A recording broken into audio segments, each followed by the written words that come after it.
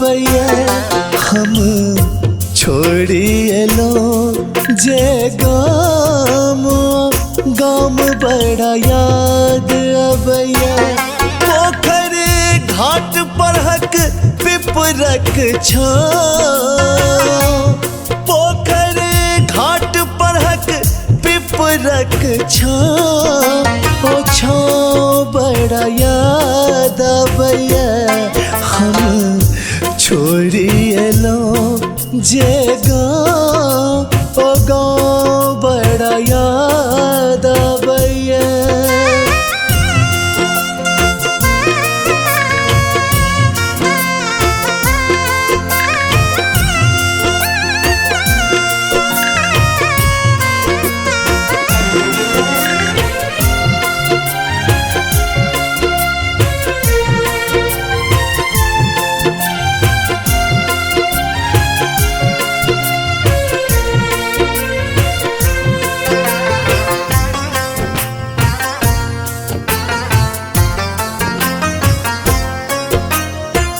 बिसरन paleo मायक ममता जाहि बाटे लियो गामक रसता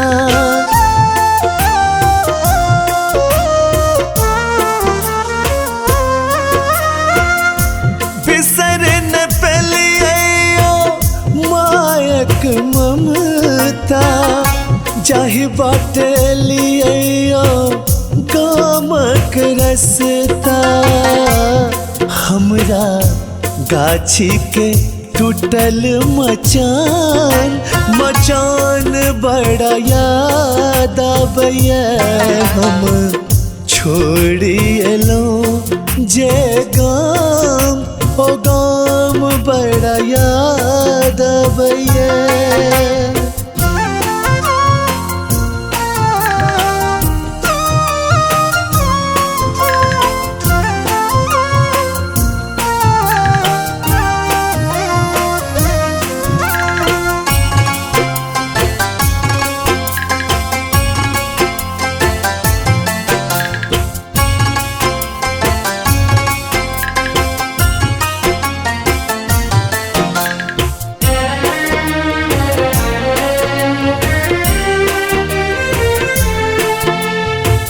जखन विदा भेलो भोरे भोर माय के आँख सँ खसलै जे नोर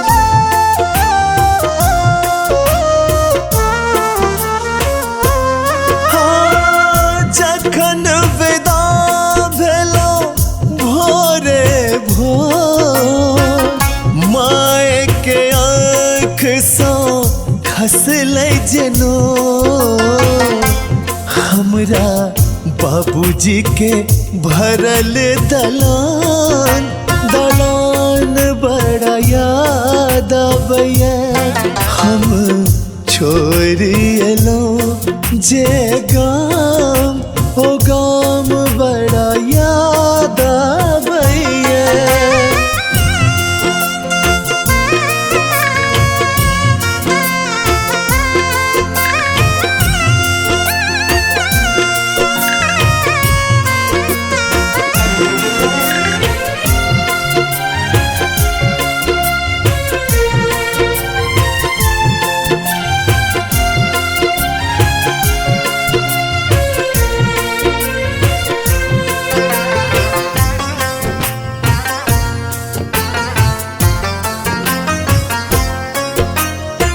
संगी साथी सब छूट गे संग रहै छल ओ सब दूर हट गे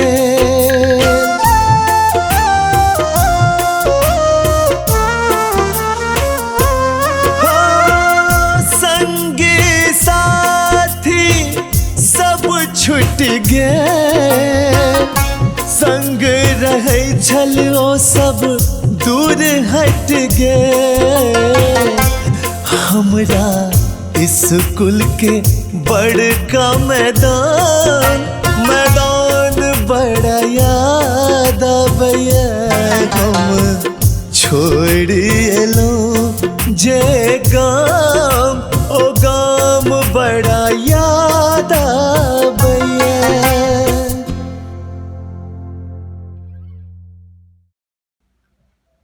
नमस्कार, प्रणाम। हम छी अहाँ सभक विकास झा विजय। ई गीत सुनबाक लेल हृदय से आभारी छी, बहुत बहुत धन्यवाद दै छी। एहिसँ पहिले एकटा गीत हम लऽ कऽ उपस्थित भेल छलहुँ, छोड़ि देना गाम।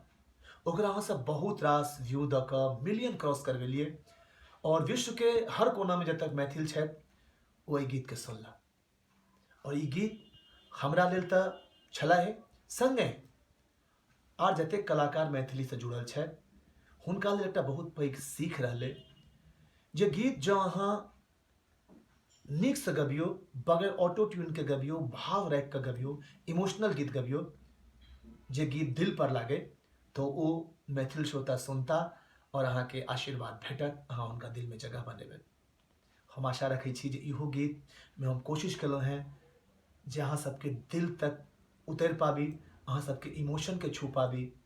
गाम छोड़ि कऽ आबऽ काल में जे एकटा कष्ट होइ छै, चूँकि हमहूँ पलायनसँ पीड़ित छी, हमहूँ पलायन केलहुँ, गाम में रहै छलहुँ, बचपन बीतल, ओ जे पीड़ा होइ छै, एकटा माय के दर्द, एकटा बहिनक दर्द, एकटा पिता के दर्द, ओ एहि गीत में अहाँ सबके हम सुना रहल छी, प्रस्तुत कर रहल छी। एकटा कोशिश है और जँ मिथिला मैथिली के हम सब गोटे चाहै छी जे आगाँ बढ़ाबी तऽ अहाँ सबके नीक गाबऽ पड़त। ऑटो ट्यून रूपी बेसुरा चीज से दूर भऽ कऽ शुद्ध आवाज में गाओ, तहने शुद्ध गीत श्रोता सबके लग पहुँचते न। हम ई कोशिश केलहुँ हैं। ई एहि में जे आवाज हमर ओरिजिनल में कोनो इफेक्ट नहीं छै। और फिर एकटा बात कहब जे गाँव से जिनका प्रेम है हुनका ई गीत बहुत नीक लागत, तऽ ओहू गीत के हमरा वह आशीर्वाद, वह प्रेम चाही, ई अपेक्षा रखै छी। जय मिथिला। सब्सक्राइब करू विजय एंटरटेनमेंट चैनल के आ घंटी के निशान के जरूर दबाउ हमरा सबक वीडियो सबसे पहले देखबाक लेल।